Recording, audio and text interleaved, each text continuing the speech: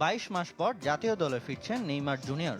Brazilian সংবাদ মাধ্যম গ্লোবোর প্রতিবেদন অনুযায়ী আসন্ন বিশ্বকাপ বাছাই ও প্রীতি ম্যাচের প্রিলিমিনারি স্কোয়াডে সেলেসাও তারকাকে রেখেছেন কোচ কার্লো আনচেলত্তি। 25 আগস্ট আনুষ্ঠানিক স্কোয়াড ঘোষণা করতে পারে সিবিএফ। ব্রাজিল জার্সিতে সবশেষ 2023 সালের অক্টোবরে বিশ্বকাপ বাছাই ম্যাচে খেলেছিলেন নেইমার। সেই ম্যাচে লিগামেন্টের ইনজুরিতে পড়েছিলেন তিনি। এরপর আর ফেরা হয়নি জাতীয় দলে। জুনের ফিফা উইন্ডোতে ফেরার গুঞ্জন শোনা গেলেও তাকে রাখেননি কার্লো আনচেলত্তি।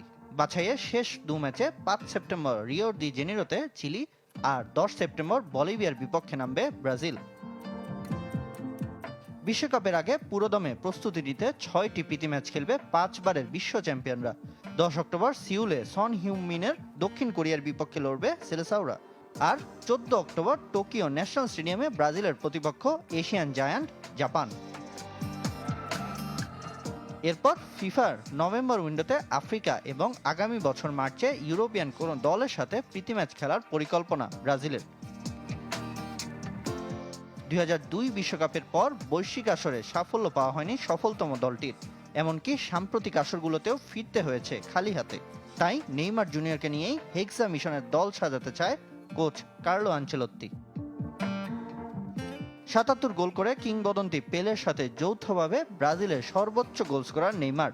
সম্প্রতি শৈশবের ক্লাব সান্তোসেও আলো ছড়াচ্ছেন তিনি। সামিন ইয়াসার, চ্যানেল 24।